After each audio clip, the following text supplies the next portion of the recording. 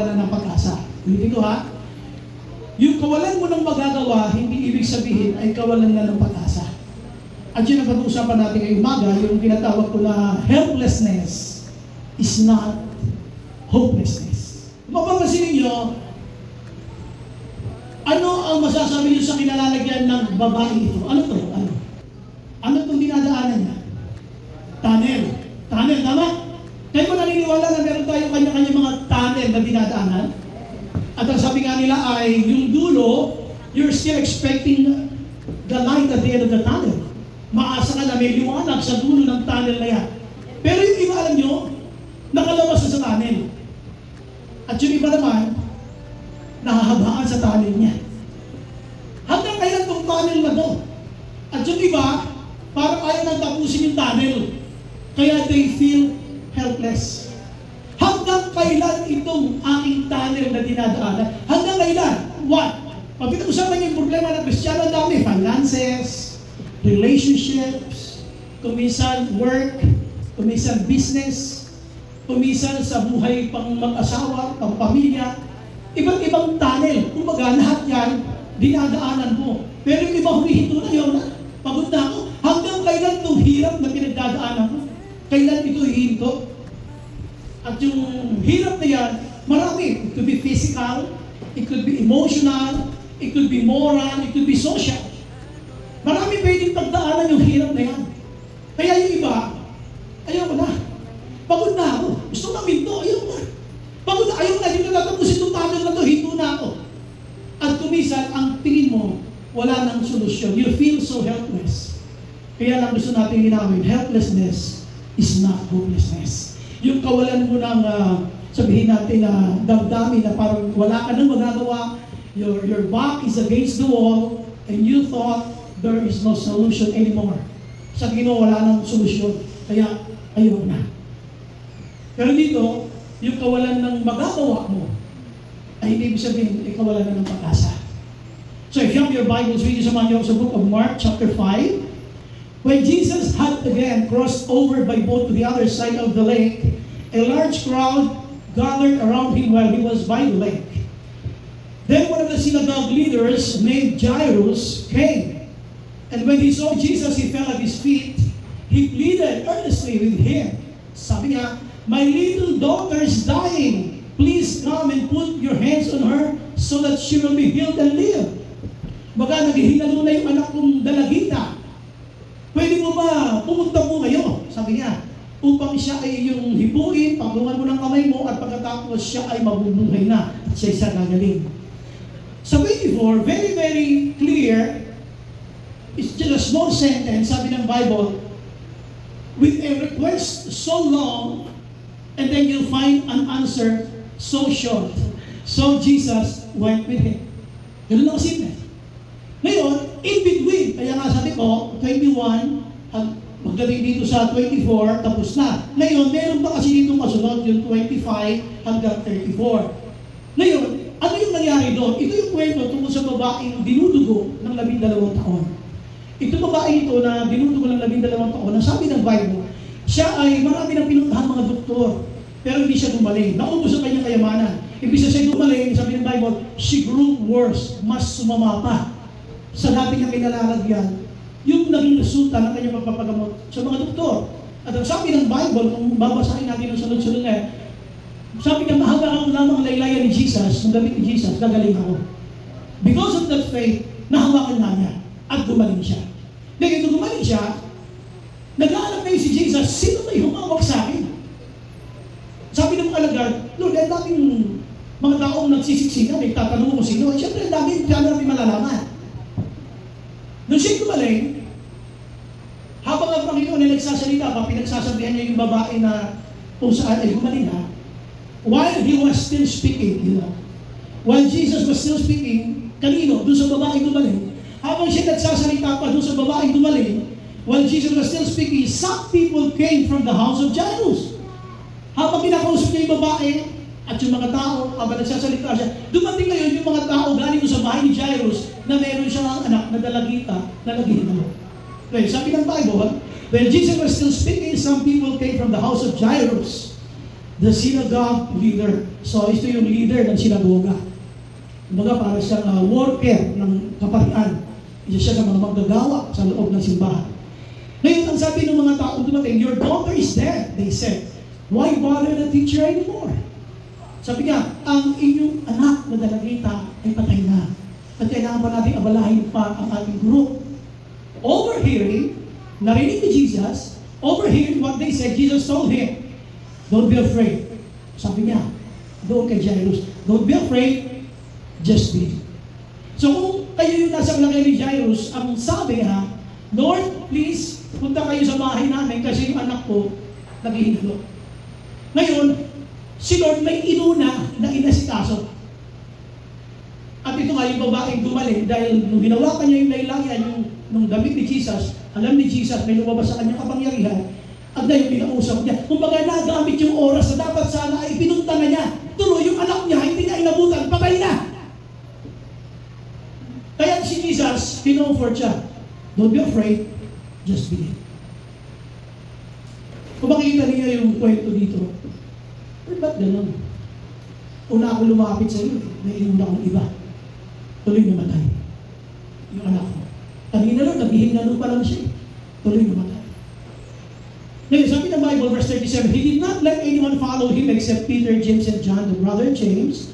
So, hindi kaya na lahat ay sumunod sa Kanya. Ilan lang itong binanggit. Peter, James, and John, the brother of James. 38, when they came to the home of the synagogue leader, Jesus saw a commotion. Nagkakagulo pagdating ito sa bahay ni Jairus. With people crying, umiiyak, at nananangis, and wailing loudly. He went in and said to them, why all this commotion and wailing? Bakit mayroong pananangis at mayroong pagkagulo? Bakit may nag-iiyakan? The child is not dead, but asleep. Ito niya? Sabi ni Lord, ang bata ay hindi patay. Siya lamang ay natutulog. Now, tuloy natin yung next slide. But they laughed at him. Pinagtawanan siya. After he put them all out, nung pinalabas niya na sila doon sa kabayan, after he put them all out, he took the child's father and mother and the disciples who were with him and went in where the child was. He took her by the hand and said to her, Talitha kum, which means, little girl, I say to you, get up. Immediately the girl stood up and began to walk around. She was 12 years old. At this they were completely astonished. He gave strict orders not to let anyone know about this and told them to give her something to eat. So, question, gumaling ba yung bata? Nabuhay ba siya? Pero ang sabi nila, huwag mo nang i-bother yung ating teacher, si Lord. Kasi wala na anong pang purpose, bakit pa siya pupunta, patay na nga. Pero sabi ni Lord, don't be afraid, just believe. Sabi mo sa katabi mo, just believe. Sa kabila naman sa'yo mo, just believe. So, balik tayo sa ating theme. So, ang ating theme, helplessness is not hopelessness. Dumating na ba kayo sa point na kayo ay tinapos, hindi kayo nakabayad sa kuryente? Uy! Para naman ako lang nakaranas nun. Nakaranas na ba kayo nun? O ngayon, nung may pagbayad ka, kasi alam niyo, hindi ko makalimutan yung nangyari sa amin, nagbayad kami, hindi pa nagre-reflect ilang araw na sa Miracle, kaya kami talaga naputulan. Ilang araw na siguro, may 4 to 5 days, hindi pa nagre-reflect. Ba't gano'n? Ganun po talaga yung po reklamo madalas ng mga nagbabayad sa amin. Kaya po pagka po gusto nyo mga sure agad na mag-reflect, diretso po kayo sa business center. Okay. Bakit ito kinukwento? Nagbayad ka, tapos walang kuryente, o kaya naman, magbabayad ka pala, biglang malalaman mo na siya yung mamumutan, ano nararamdaman mo? Matutuwa ka? Hindi. Siyempre hindi. Kaya kung ito binabanggit, alam niyo kung bakit. Ang buhay kasi ng Kristiyano, sa totoo lang, magtataka ka, bakit sa dinabi-dabi ng mga problema ng mga Kristiyano, yung epekto sa kanya, morally, spiritually, ay very, very negative. Now, gusto ko tingnan niyo rito, nung pinuntahan ni Jesus, itong babae ito, punta tayo sa first slide, doon sa ating first main point. So, pinuntahan ni Jesus, itong babae ito. While Jesus was still speaking, ito na, nung habang siya nagsasalita pa, doon sa kapulungan ng mga tao na kung saan yung babae nawakan na yung laylayan ng kanyang damit, habang nagsasalita siya, biglang dumating yung balita. Tandaan niyo ha, kay Jairus, ang balitang pinarating niya kay Jesus, yung anak ko naghihingalo na. Ngayon, dito, yung anak mo, O, nasa ng faith mo doon? Tingin mo, gagana pa yung faith mo? Wala na, kanina nahihinga lang, pwede pang mabuhay. Pero sinabi ngayon patay na, ano kayo nagagawin mo? Ito ngayon sabi ng Bible. Some people, saan galing daw ito? Some people, sabi nyo ha? Some people, ulit. Some people, okay. So, some people came, kaninong bahay sila galing? Kay Jairus. Ano ang dala nila? Magandang balita ba? Ano yung kanilang balita? Basahin natin. Ano ang kanilang balita? 1, 2, 3, gay. Ulit. Is it a good news? Bad news yun. Pero kung mapansin nyo ha, hahangaan nyo yung mga marites sa buhay natin. Abay, tingnan nyo naman, no? Kay Jairus, kaya siya nagpunta kay Jesus, yung anak ko naghihingalo. Pero sila, nung mamatay yung anak niya, sila pa mismo nagbalita kay Jairus. Sabi ko nga, sobrang yung pagkamarites nito, effort na effort. O yung anak mo, ala, patay na. Wow.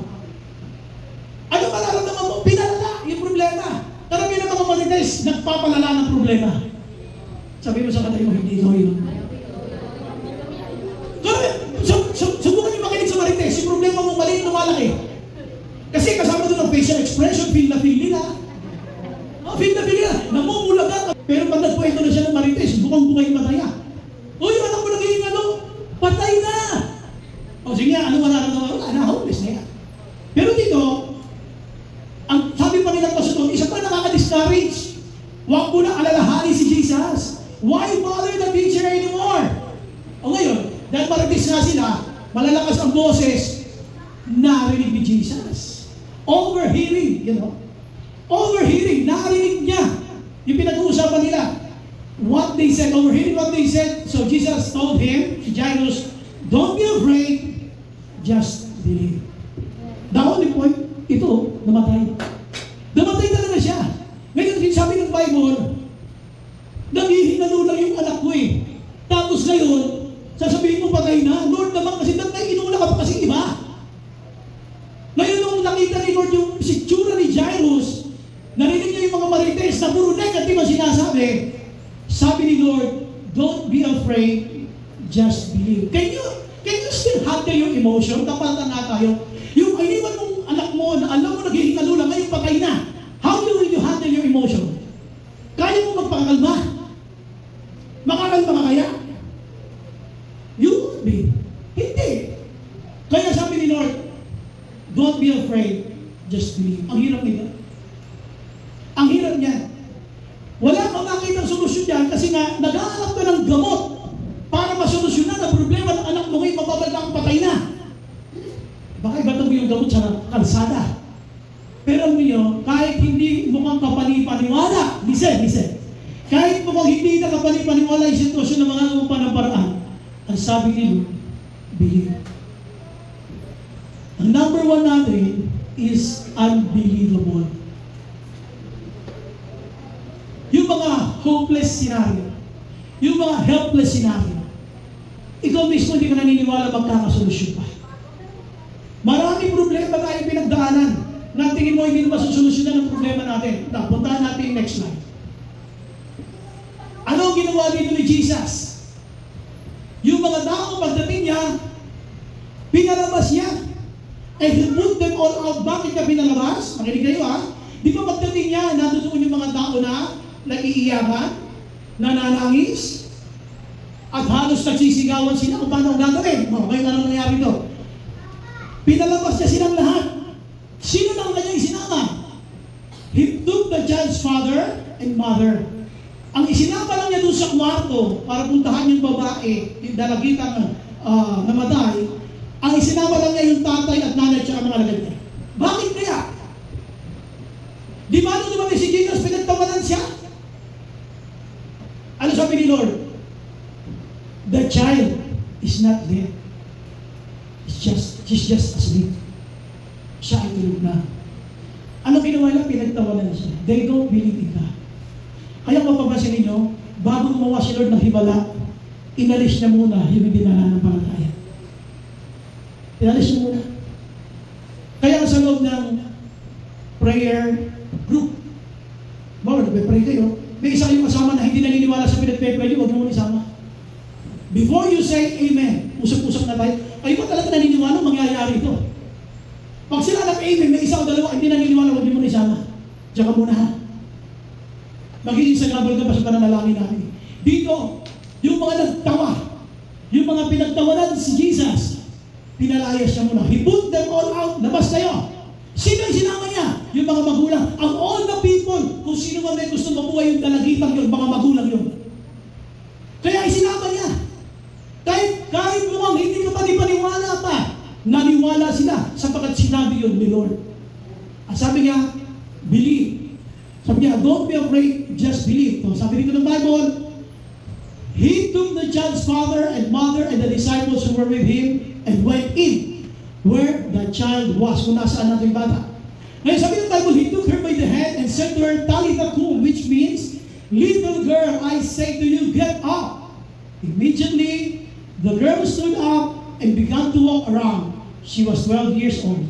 And this, they were completely astonished. Bakit completely?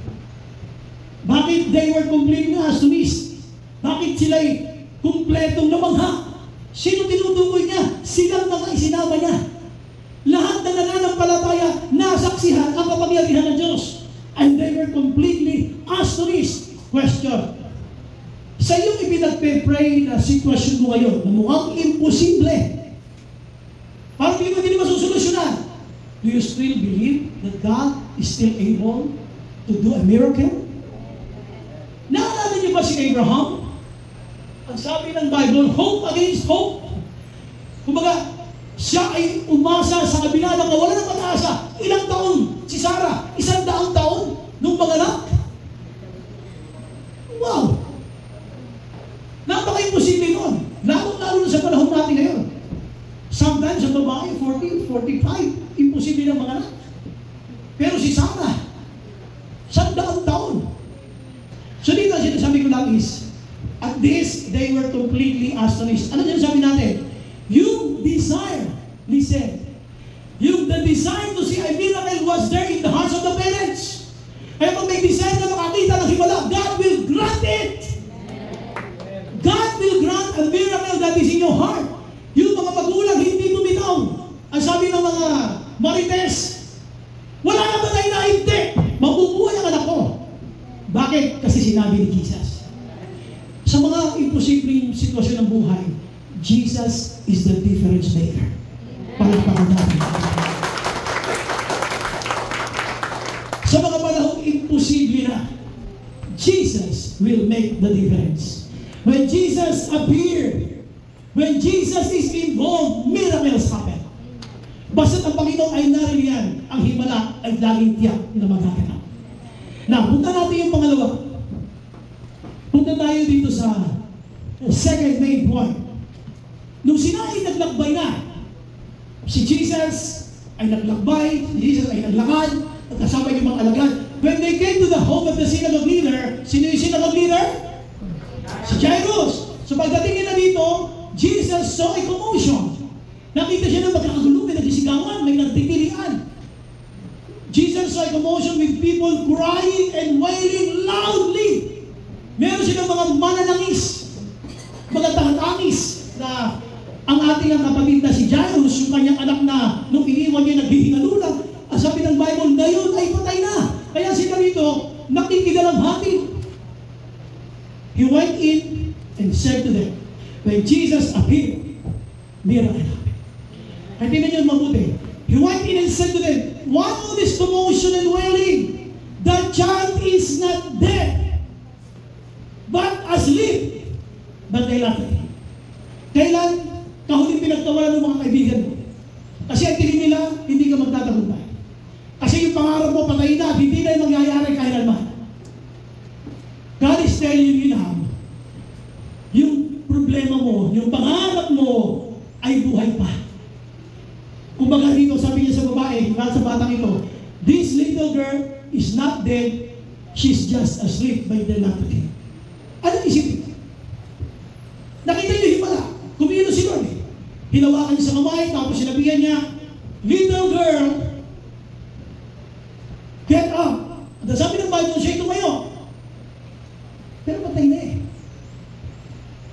Tapos, hinirap niya na kapit. Tanong nyo kayo ba lahat ng himala sa buhay ninyo, naiintindihan nyo? Ako, sa tanong, hindi ka ba nagtataka sa Diyos, bakit ganyan ang pagkangalikha sa'yo, napakagwapo mo? Ha? Hindi ba isang Himalaya na ganyan ang itsura mo? Sabihin mo sa katay mo, isang ang Himala. Sabihin mo sa katay mo, walang Himala. Isang ang Himala. Kasi ito, makinig kayo ha, hey, this is very important. Physically, we always see what is obvious. Diba? Physically, we see what is obvious. Ibig sabihin, lagi kasi natin nakikita na kung ano na yung halata, yung obvious. Hindi mo tinitingnan ito sa paningin ng Panginoon. Sa paningin ni Lord, ang tingin mo yan patay. Sa paningin ko, sabi ni Lord, yan ay buhay. Kaya hindi mo makikita niyo mabuti. Nabuhay talaga siya. Nabuhay ba siya o hindi? Nabuhay. Kaya kung isipin mo, patay na eh. Nakita namin patay na eh. Paano naghimala? So hindi na siya unbelievable, that is unthinkable. Hindi mo ito maabot ng isip mo. When God's miracle is there, your finite mind is not enough to comprehend what God is doing. Pag ang himala ay naririyan, yung ating isipan ay limitado para unawain ang lahat ng bagay. Dito sa may Bible, puntaan niyo yung kasunod. For the parents. Yan, tingnan natin yung for the parents ha. Para sa mga magulang kasi, di ba sinabihan si Jairus? Si Jairus ay magulang. Sabi kay Jairus, yung anak mo na naging patay na. Huwag mo na abalahin yung ating guro. Dahil mga marites sila naghahatid ng negative na information, narinig ni Jesus. Huwag ka matakot. Ganda ng comfort dito. Huwag ka matakot. Sino sa inyo yung natatakot sa dami ng kanyang utang? Sino yung natatakot na ang dami niyang problema? Natingin mo wala ng solusyon. Sabi ni Lord sa iyo ngayong umaga, don't be afraid. Tapos sabihin mo sa katabi mo ngayon, don't be afraid. Don't be afraid. Ngayon, punta tayo dito sa sinasabi natin para sa mga magulang. Alam niyo kasi, pakinig mo mabuti ha, pag wala ka na magagawa. The last option you have is Jesus. At naman si Lord na lang ang pinag-uusapan pagdating sa himala. Only His opinion matters a lot. Labas natin yan. In terms of miracle, only God's opinion matters. Patay! Wala na! Alam mo na, hindi mo hindi patay! Wala na, patay na! Kapagaling niya, wala na, patay na po! Kaya naglalangis na eh! Pero sabi ni Lord, marinig niya ito, doon sa mga nagmamarigtes, sabi niya kay Jairus, don't be afraid. Just believe. Makapagtapos ka ng pag-aaral, just believe. Amen? Ngayon, mapalakpakan natin si Lord. Don't be afraid. Just believe. Sabihin mo ulit, just believe. Isa pa. Mahina, isa pa. Isa pa. Amen, palakpakan natin si Lord. Tandaan ninyo ha, tandaan niyo mga kapatid. Pag wala ka ng magagawa, wala nang halaga sa iyo opinion ng tao. Sinabi mo, patay na. Wala man si Jairus siguro nagawa din, baka naligas na, baka natulala eh. Pero sino na nag-comfort? Tumatakot. Kasi nararamdaman niya, Lord, please naman punta kayo sa anak ko. Kasi naghiling na doon, tapos siya inabutan ng kamatayan. Ano mararamdaman niya? Wala na, lalo siyang mahirapan. Pero sabi Lord, don't be afraid. Just believe. So dito, I don't care what people say. I don't care what the environment is telling me. What matters a lot is God's opinion. God said that I should not be afraid, that I will believe. So nung naniwala siya, nabuhay ba o namatay? Di ba nabuhay? Kay Jesus, laging may solusyon. Laging may solusyon kay Lord. Now, puntaan natin yung isang pa sinabi rito, in terms of miracle, it's not what you see. Hindi mo rin nakikita mo. But what my God sees. Ang tingin nila patay.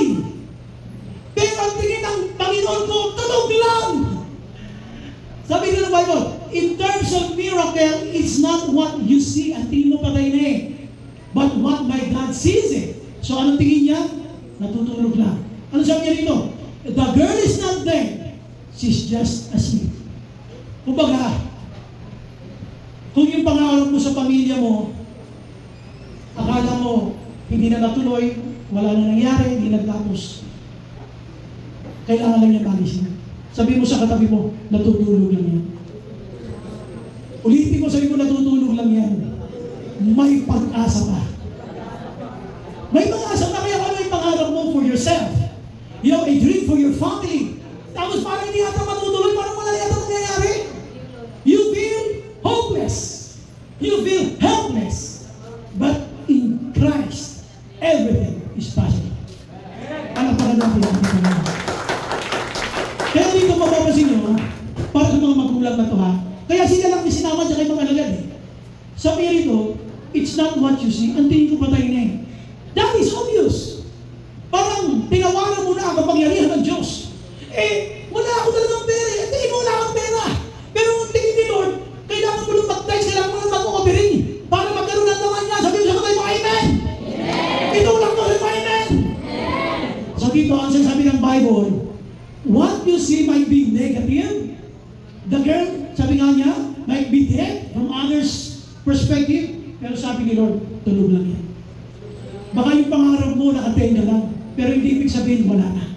Sabi mo sa katabi mo, nandyan pa yan. Ulit, sabi mo, nandyan pa yan. Okay, punta tayo sa ating theme. Ano yung ating theme? Okay, ano yung number 1? Ang binig mo. Hindi mo mapaniwala, yung talaga patay na. Sabi Lord, just believe. Muntik na siya, hindi maniwala. Just believe. Patay na. Hindi. Tunog lang yan. Unthinkable. Hindi mo maabot ng isip yun. How can you comprehend a physical fact? It's a physical fact, patay. Hindi umihi na. Tapos sasabihin mo ngayong buhay, hindi pa ka may ganun. Kung isa yung mga nananampalataya, ganun mukhang may ganun, kasi nila na ibang walang pananampalataya. Sabihin mo sa kanila, huwag ka magtaka. Huwag magtaka. Bakit natin isa yung meron mong ganun? Kasi naniniwala ka kay Lord eh. Sila hindi. So, muna tayo sa pangatlo. Dito, nung kinausap na niya yung bata ni Jesus, sabi niya sa bata, Talitha kum. He took her by the hand, nawakan niya sa kamay yung bata, and said to her, Talitha kum, which means, little girl, I say to you, get up. 42, immediately, the girl stood up and began to walk around. She was 12 years old. At this, they were completely astonished. Now, tanongin ko kayo, kung yung babae na nananalis kanina ay makikita ang batang ito na tumayo, huminga, tandaan nyo ito ha, huminga itong batang ito, tumayo, tapos natatanda yung huling instruction ni Lord, huwag nyo itong sasabihin sa kanila, at pagkatapos sabi niya, pakainin nyo yung bata. Nalala yan? Binasa natin yung ibang verse.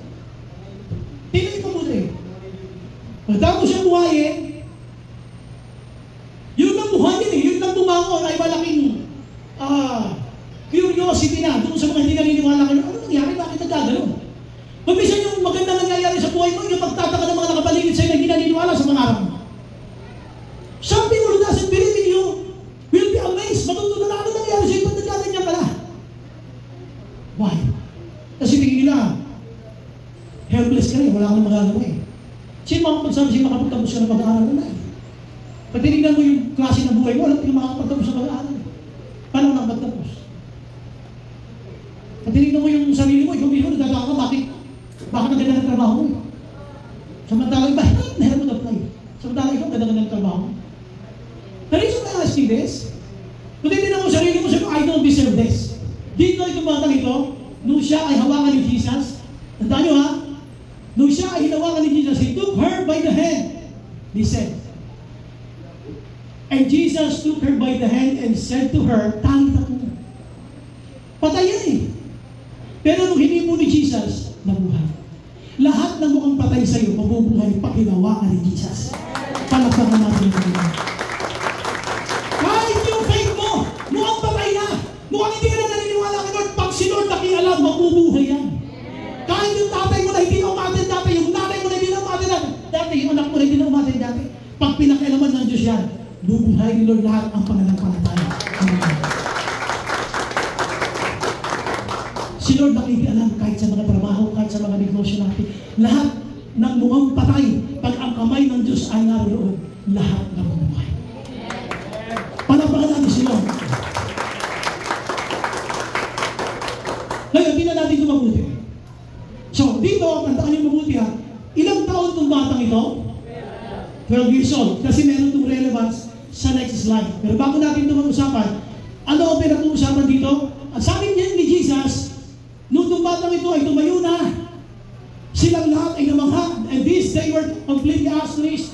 Mas namin na ay kinamangha nung sinabi ni Lord, sige pakainin niyo. Yung tinatawag nilang patay, ngayon ay kikilos na mag-isa dahil kakain na siya. Now, gusto kong isipin niyo na ito ay hindi kayang isipin ng kahit na sino. Lahat ng tinanggap na nila na siya patay ay magtataka paano siya nabuhay. That is unimaginable. Hindi mo yung mangubos ng isip mo. Paano nangyari? Patay na yun eh. Patay na yun eh. Nalaman nga ni Jairus at ni Jesus na patay na. Nung sinabi namin, bakit niya nabuhay? Ano nangyari? People will be amazed. People will be astonished with the miracles that God is doing in your life. Magtataka sila sa mga himalang nangyayari sa iyo. They will be completely astonished. Now, punta dito ha, nalagyan mabuti. Ang batang ito, 12 years old. Punta tayo ngayon sa next slide. Ito yung nakasingit na verse. Ito yung babaeng, ang sabi niya, 12 years na siya dinudugo, mahawakan man lang niya yung laylayan ng damit ni Jesus, siya ay harin. Ito yun. Ang sabi nito ng Bible, a large crowd followed and pressed around him kay Jesus. And a woman, ito na yung babae yun ha, kwento ko sa inyo. And a woman was there who had been subject to bleeding for 12 years. Ang gusto ko ipakita sa inyo ito, yung bata, ilang taon? Itong batandang ito, ilang taon na siyang inaagasan? Pag binasa niyo ito, nakita niyo bang itong matandang ito ay gumaling? Gumaling siya, amen? In other words, pagdating sa himala, kay Jesus, walang bata, walang matanda. Ang himala ay bubuhay. God doesn't care how much your age is. Hanggang ikaw ay naniniwala, sabi ko ng Bible, she had suffered a great deal under the care of many doctors and had spent all she had, yet, instead of getting better, she grew worse. Mas lumala. When she heard about Jesus, she came up behind him in the crowd and touched his clothes, because she thought, if I just touch his clothes, I will be healed. Immediately, her bleeding stopped. Pinagpala siya, pinaghimalaan siya ni Lord. And she felt in her body that she was freed from her suffering. Siya ay nakalaya na sa kanyang paghihirap ng 12 taon na siya inaagasan. Tingnan ito mabuti. Ito yung isang klase ng himala ng Diyos sa buhay natin na you need participation. Yung babae inaagasan ng 12 taon, meron ba siyang ginawa para siya makaranas ng himala? Meron. At kung mapapansin nyo, ang alam ng babae, makinig ka mabuti ha, she had been subject to bleeding for 12 years. 12 years na siyang dinudugo. Alam niyo na hirap nito? Pag siya ay dumising sa umaga, messy siya. Dinudugo siya. Maghapon siyang dinudugo. Kung matulog man siya, matutulog siyang duguan. Araw-araw yun for 12 years. Naman. For 12 years, she had been bleeding. Bakit nagkaroon ng himala? Tingnan niyo ito ha. She had suffered a great deal under the care of many doctors, pero lalo siyang lumala nung siya ay nagpadugtong. Naubos ng kanyang kayamanan. Ito na. Hey, listen. Isa-isahin natin ang mga action words. Ito yung sinasabi natin na some miracles need verbs. Ang ibang himala, kailangan ng participation ng mga Kristiyano. Huwag na lang maghihiga dyan. Hanggang ikaw ay buhay pa, you participate.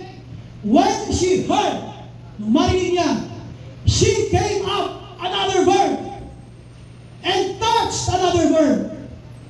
Because she thought, lahat yan, puro verb. Saan na nangyari ngayon? Nung inahawakan niya yung laylayan, immediately, the bleeding stopped and miracle happened. May mga himala na you need to participate. Huwag ka lang naghihiga.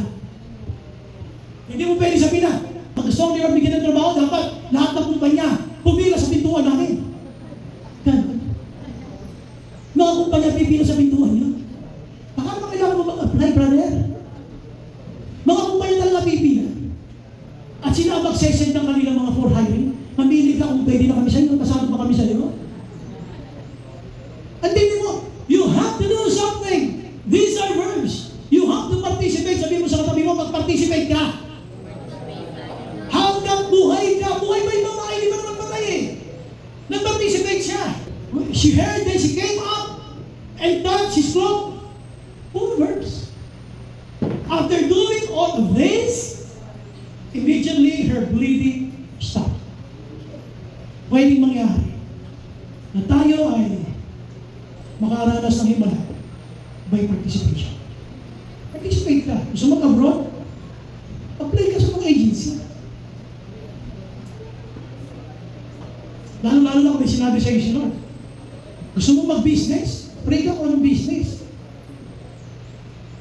Hindi yan basta darating lang sa iyo. You participate. Gusto mo ma-honor? Mag-aaral ka. Do your part. Do your assignment. Mag-participate ka. So dito siya sabi natin ha, immediately her bleeding stopped.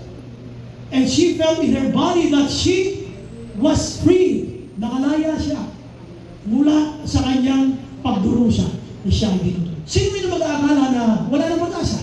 Alam niyo, itong babae ito, paliwanag siya ng Bible, 12 years, di sana, 12 years siyang inaagasan. 12 years siyang dinudugo. 12 years.